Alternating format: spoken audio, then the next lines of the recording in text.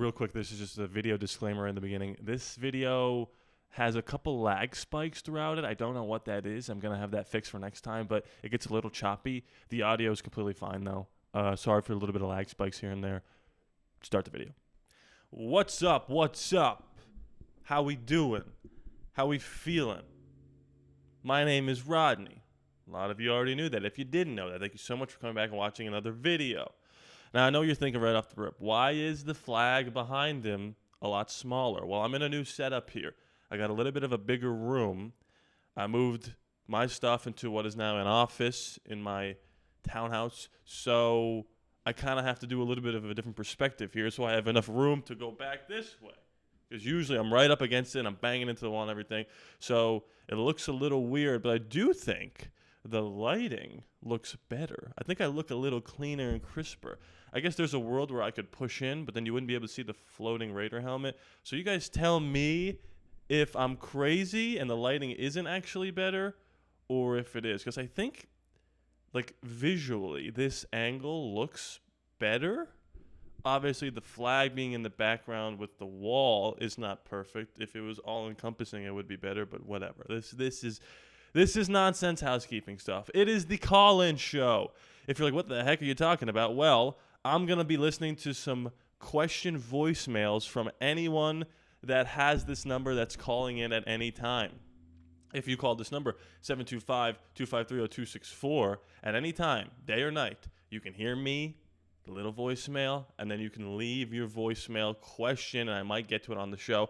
I have 2 voicemails today. And then for the duration of this call, the duration of this video, I have told my patrons when I'm recording this, so anyone that signed up for my Patreon can leave a question or they can call in live, right? So a couple weeks ago, we had Omar Morales call in live, talked a little bit about his comic book, asked me some questions about the Raiders. It was awesome. If you want to call in live and basically be a contributor to the show, all you have to do is sign up at patreon.com/ALLaBorde Raiders. And I will say, I don't know if you guys have heard the news, but Bleacher Report is putting a temporary pause for 2 weeks on all live streams. They're sort of reevaluating the strategy, maybe doing short-form videos instead of live streams. Some live streamers are still going to stay. I don't know what's going to happen with me yet.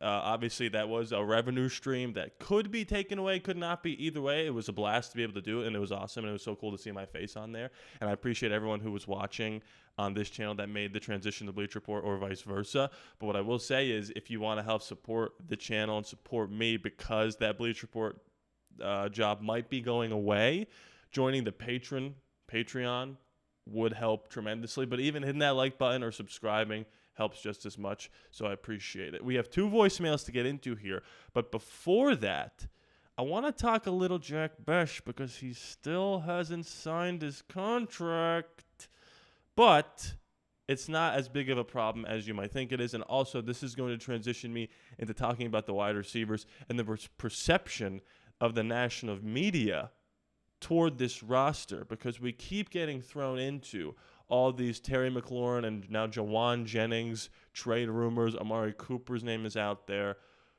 Are we not seeing the full picture here with these rookies, and are we assuming that they're going to contribute more than we think and we should get another one of these guys? We'll talk about that in a second, but first let's talk about little Jack and his contract. Jack Bech's contract holdout continues. Hold up, not holdout. It's a league-wide issue. This is Bill Williamson on Silver Black Pride. The Las Vegas Raiders don't necessarily have a Jack Bech problem. The NFL, however, does have a second-round pick problem. Oh, I'm getting a phone call. Stop the masses. Stop the masses. Hold on. Stand by. Stand by. Call from Omar's Buzz. To accept, press 1. To send a voicemail, press... Omar, can you hear me? Yeah, man. I'm just laughing at you incorporating the password. That was so funny. I think I'm going to try to make this sillier and sillier so you guys sound dumber and dumber. But anyway, what's going on, man? How we doing? I'm I'm a little concerned, Rodney, because every time I see an article about a wide receiver's maybe available, wants a trade, or there's a corner out there that's rumored to become available or is still a free agent, I see all of Raider Nation jumping up and down about, oh, we got to sign this guy, we got to sign this guy, and no one's talking about defensive tackle, dude. This Christian Wilkins thing has me very, very, very concerned because it can have a domino effect up the middle of the defense, right? If he ain't there, that makes it harder for the linebackers. It makes it harder for the safeties down in the box. And, I believe Bech and Thornton Jr. are going to hold their own. I don't think we need another wide receiver. I mean, it's yet to be seen, but I don't know, dude. My concern is defensive tackle right here, right now. Let's go find one. Okay. So, again, that's so funny that you just called and said that because right before you called in, I was about to read an article that Jack Bech has still not signed, and I was using that to talk about how anytime there's a wide receiver that's rumored for trade, now it's Jawan Jennings. It was Terry McLaurin, now it's Jawan Jennings and Warren Cooper. Right. The national media is like, hey, the Raiders should trade for this guy. So I was saying, okay, are we looking at this roster a little more rose-colored glasses than – we should be? Do we actually need to go out and get another wide receiver? Sorry, I had to put somebody on hold. First time I ever had to do that. So, okay, we were talking about the wide receivers. It's a good problem to have. Yeah, I know. We were talking about the wide receivers. I think we're okay at wide receiver. I understand. I do too. Not wanting to put all the eggs in the rookie wide receiver basket, but Brock Bowers and Jacoby are still there. The defensive tackle thing, I think you're right to be concerned. Now, I wasn't going to talk about this because this person always has an eternally optimistic point of view, but Hondo Carpenter said he's not panicking about the Christian Wilkins, so I don't know. Take that with as many grains of salt. He should be. Yeah, exactly. He should be. I do think we're okay at tackle with the depth that we have, but to me, and I've been saying this for a while, it all comes down to Malcolm Kuntz for me. If Malcolm Kuntz takes another step forward or plays as good as he did when he was going off against the Kansas City Chiefs, that can mask a lot of the Christian Wilkins. If he doesn't, and if Wilson maybe can take some snaps at D tackle, that's right. Maybe that gives us a little something. But I don't know. It's hard not to be concerned, man. No, and I think it's a valid concern, and it's something that we didn't think we were ever going to have to talk about. This came out of complete nowhere a couple months ago, and I do think, it might have to be a Tonka Hemingway stepping up, or it might have to be Adam Butler being better than we thought. I do think, Spytech tipped his hand that he knew about the Wilkins thing earlier than everybody else because he drafted two people at the same spot, and hopefully Tyree can maybe make up for that. But I do think it's going to be defense by committee this year, and we're going to have to rely on Ashton Genty to have the ball most of the game. But ultimately, Omar, that's why I don't have them winning like 10 or 11 games. I got them 9-8. So, your roster can't be perfect, and hopefully 8 and 9, 9 and 8, somewhere right in there. Right. Yep. Exactly. Hopefully down the line, things can work out. But look, man, it was great talking to you. I hate to cut this short, but I got to get somebody else on the horn here. Appreciate the call, man. All right, man. See you, buddy. All right. Hopefully I can call Mario back. I feel terrible. Let me see here. I'm going to call him back.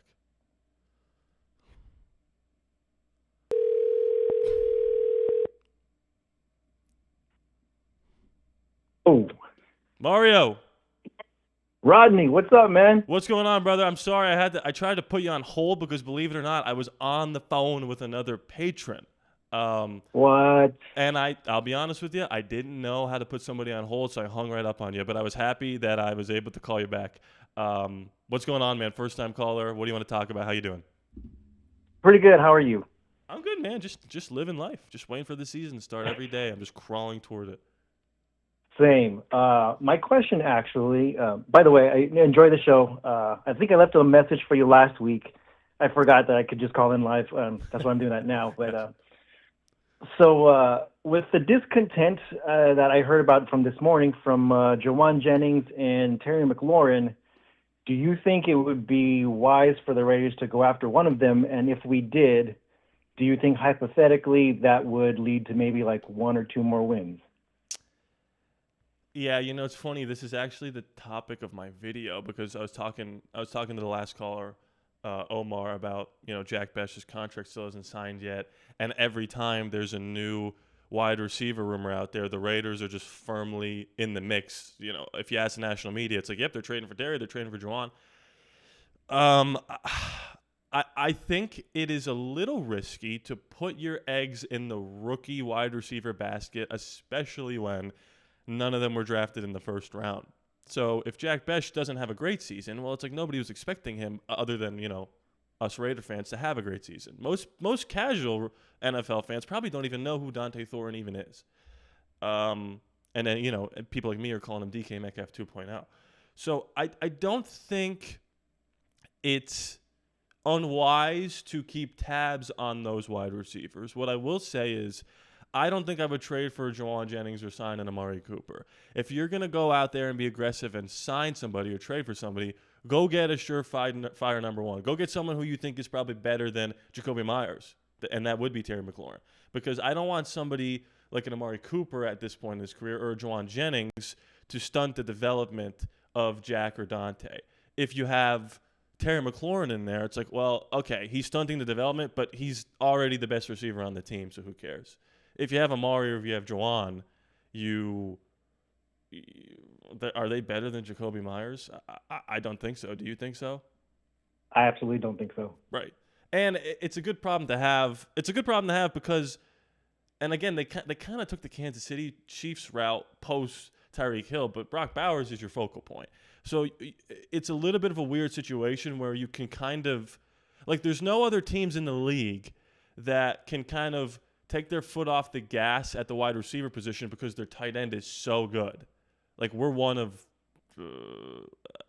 I think we're probably the only team that their number one wideout is tight end. Like, Sam Laporte is good, but I think Amon-Ra is the number one there. Travis Kelce isn't what he is anymore. Kittle or Ayuk, I guess there's a debate there. But, yeah, I guess, I don't know if I answer your question. I guess, to answer your question, I would go after Terry if the price is a little bit lower maybe because he's like, I'm not playing for you guys, but this isn't the NBA. I assume he'll just be playing for the Commanders. But I wouldn't go after one of those other two guys. I don't know if you agree or disagree with that. I think because we do have, some rookie wideouts, it'd be nice to have another veteran in there, one that's closer to a one rather than like a two. And don't get me wrong, I mean, I love Jacoby Myers, but I think that's part of the issue with our offense right now, and it looks a lot better than it did, at least on paper, than it did last season. Right. But I think that a veteran, close to number one anyway, would really help. But then again, I watch football. I've never played it, so that's just me. That's my opinion. No, I don't think you're wrong.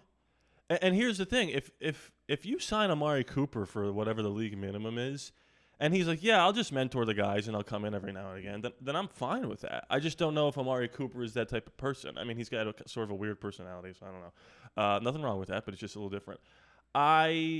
Yeah, and the thing with Jacoby that we have to admit is he's a great number two. He is not a number one. Like, we do not have a true number one wide receiver. So you could manufacture that, right, by using draft picks to trade for Terry, or you can hope that you hit on Jack Bech and he becomes Puka Nacua, or Dante Thorne becomes DK Metcalf, right? One can only hope. I do think it's easier for us now to say don't trade the picks because it feels like Spytech is one of the better GMs we've had in a long time. So we're like, maybe we keep the picks for John. When you have Dave Ziegler or Mike Mayock making your picks, you're like, I don't care. Trade all three first and get Devontae Adams. It doesn't matter. Right. But yeah, listen, appreciate you calling. I'm sure you're going to be calling a bunch more times after this. And if you call when I'm already on the phone with somebody, I'll figure out how to put you on hold and I'll hang up on you. Sounds good, Rodney. All right, appreciate it. Thank you. All right, gonna have to edit that a little bit because there was a lot going on there because I was putting people on hold. I wasn't putting people on hold, but 2 successful calls. I think this video got a little laggy at some points. I'll probably have to put an insert in the beginning of this to talk about that. But wow, 2 patron calls. That's an absolute blast. Shout out to Omar and Mario. If you want to become one of those patrons that can call in live and talk to me, $5 tier. That's all you got to do. You can just do it for 1 month, and if you don't like it, you can be like, you know what, I'm out. Link is in the description below, and it is the pinned comment. Patreon.com/ALLaBorde Raiders. Also, I have a Discord. Join the Discord. That's completely free. That's ALLaBorde Raiders Discord. That's also pinned below. Anyway, back to the article before we were so happily interrupted by 2 patrons. All right, so Jack Bech is still unsigned. The reason for the delay with the second-round picks is dispute over guaranteed money. The Houston Texans, Jaden Higgins, and Cleveland Browns, Carson Schlesinger, guaranteed money, which is set as a precedent. We're guaranteed money. Now the other second-round picks are looking for the same, and teams are balking. The Raiders rookies report to training camp this Thursday. The full first squad training camp practice is set for July 23rd, so there is some urgency at play, but the good news is this is a league-wide issue in nearly the entire league, and several players have vested interest in finding a solution. Bech, number 58 pick overall at TCU, has a chance to be a week 1 starter opposite Jacoby Myers, but he needs to get as much training camp time as possible. All of the other 10 Raider picks are signed. So I don't think, again, this is not a Jack Bech thing. This is his agent being like, we can't be the first ones to do this, because if we're the first player to sign for not fully guaranteed money, then everybody else is going to be like, well, Jack just signed, so I guess I have to sign. You don't want to be that guy. You probably hope that somebody else will be that guy.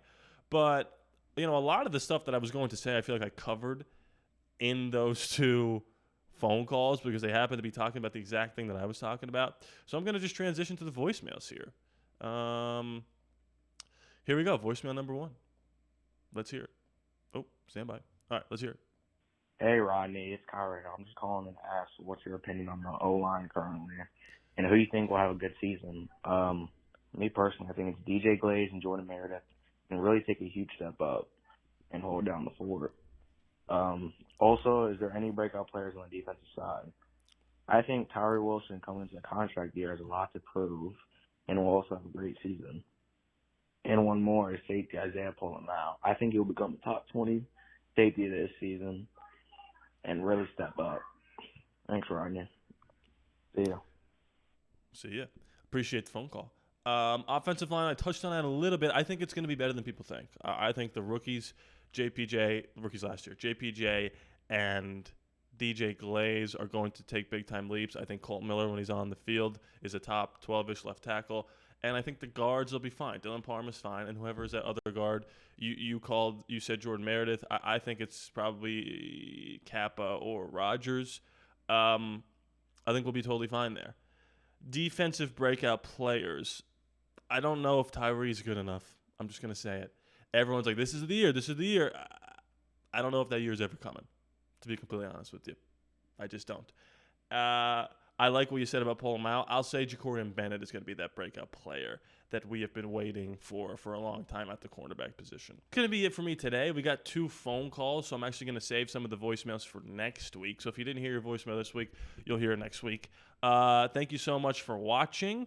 If you want to become one of those patrons that can call in, it is the pinned comment. And also down below as well is the link to my Discord. That's completely free. It's a big group chat where Raider fans like us are always talking about different things Raiders. If you like what you see here, hit that like button, comment away, and please be sure to subscribe. It is free after all, no charge to you. I love you guys, and I'll see you next time.